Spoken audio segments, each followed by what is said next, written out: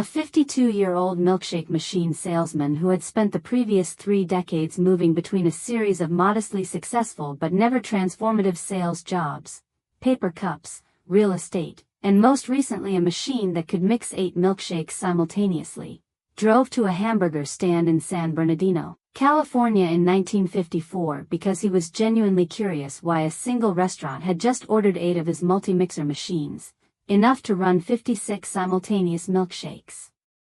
when most restaurants of that type ordered one. His name was Ray Kroc. Born in 1902 in Oak Park, Illinois, he had demonstrated from an early age a specific personal disposition towards sales and commerce, dropping out of high school to work, lying about his age to serve as a Red Cross ambulance driver in World War I, spending the 1920s and 1930s moving through a series of sales positions with varying success.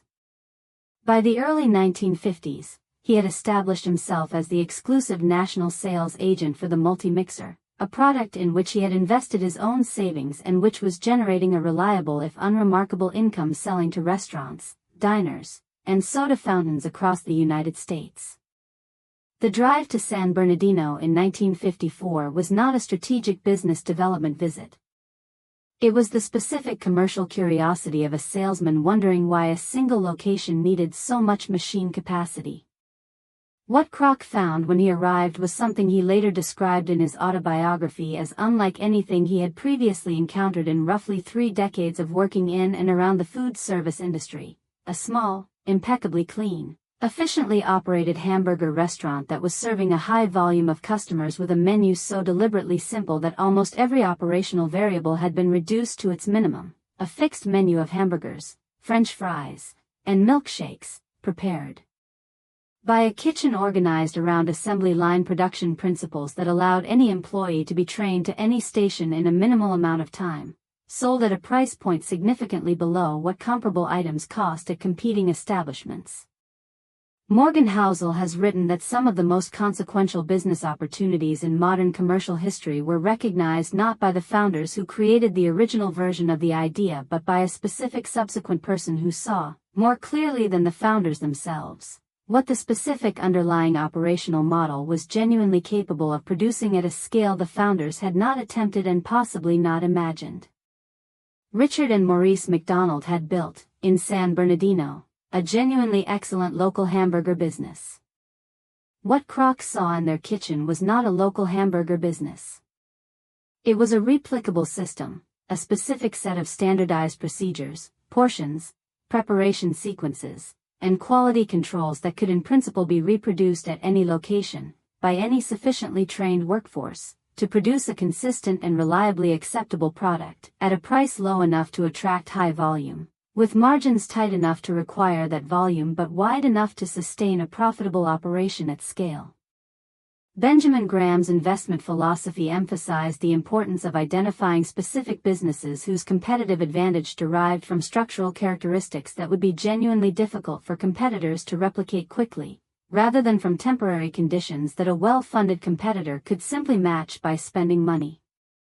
The specific competitive advantage Kroc recognized in the McDonald's system, the specific combination of menu simplicity, preparation standardization, and operational discipline that allowed a McDonald's location to consistently deliver a product of predictable quality at a price that individually more sophisticated competitors could not match, was exactly the kind of structural, process-embedded advantage that Graham identified as producing genuinely durable business value. Daniel Kahneman's research into how expertise in one specific domain can both sharpen and limit a professional's ability to recognize opportunity in adjacent domains applies directly to the specific moment of Kroc's 1954 visit to San Bernardino. Kroc was not a restaurateur.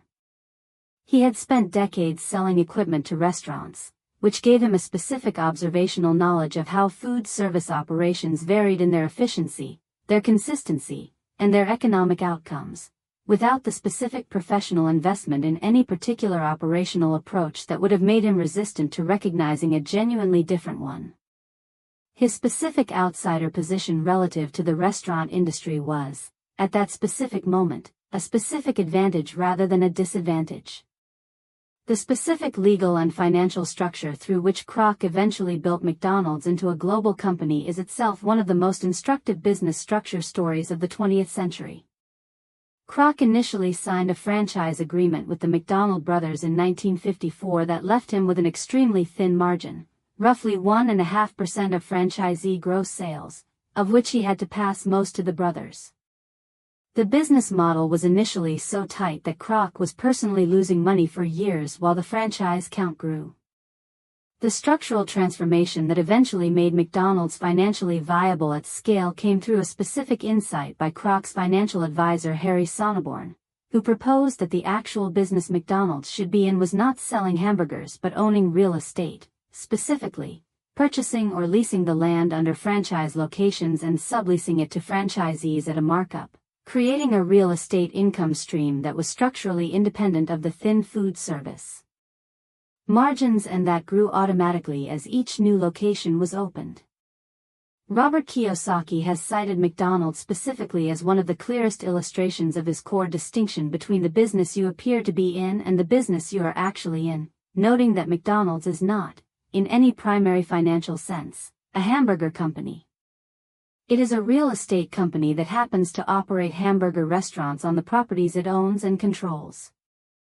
The specific financial architecture of McDonald's, in which the company's most significant and most durable source of income is the real estate rental income it collects from franchisees who operate on land McDonald's itself owns, is exactly the kind of genuine asset-based cash generation that Kiyosaki distinguishes from the more fragile revenue streams of purely operational businesses. Here's an honest complication worth including. Ray Kroc's specific path to acquiring full control of McDonald's from the McDonald brothers, whom he eventually bought out in 1961 for approximately $2.7 million, has been characterized by multiple historians and by the McDonald brothers themselves in contemporary accounts as significantly more adversarial than the sanitized version Kroc later promoted in his autobiography. Richard McDonald has been quoted as stating that Kroc violated specific provisions of the original franchise agreement and that the eventual buyout was conducted under conditions of pressure that he found genuinely unfair. The specific ethical texture of how Kroc treated the people who created the original business he scaled is not a minor biographical footnote, it is part of the complete historical record of how McDonald's was actually built. George S. Clason's advice about the patient, disciplined accumulation of real assets that produce their own ongoing income is nowhere more literally illustrated in 20th century American business than in the specific McDonald's real estate model that Sonneborn designed and Kroc implemented. Every location McDonald's opened added a specific piece of income-producing real estate to the company's portfolio, simultaneously growing the operational network and the underlying asset base in a specific compounding dynamic that Clason would have recognized as embodying almost exactly the wealth-building philosophy he articulated in the Babylonian parables. This isn't a simple story about a salesman recognizing a great opportunity and seizing it.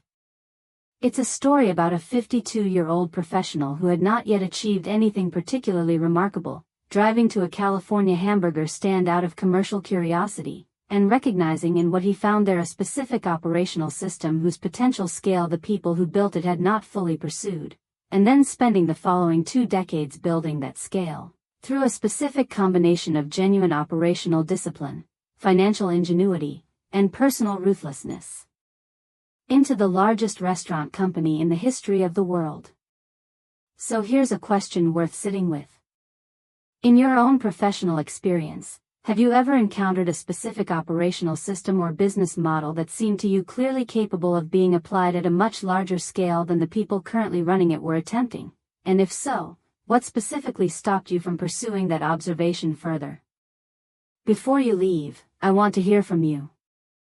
Have you ever recognized, as an outsider to a specific industry or field, an opportunity that insiders seem to be systematically overlooking? And was your specific outsider perspective an advantage in seeing it, or a disadvantage in persuading others that what you were seeing was real? Read a few comments before you go. Some of the most practically useful insights on this channel come from people who've experienced exactly that specific tension between outsider perception and insider resistance. Next week, I'll pick one comment and send its author one of the books that inspired this channel. And if these stories help you think differently about money, you'll find a way to support future research in the description. Every contribution helps buy books, access research, and keep this content free for everyone. Remember this. Ray Kroc didn't build the world's largest restaurant company by inventing a better hamburger, or by being younger or better funded than the men who built the original version of what he scaled. He built it by driving to San Bernardino at 52 years old out of simple commercial curiosity, recognizing in what he found there something the people who built it had not fully seen, and then spending the rest of his working life building that something into the specific scale he had seen it was capable of reaching.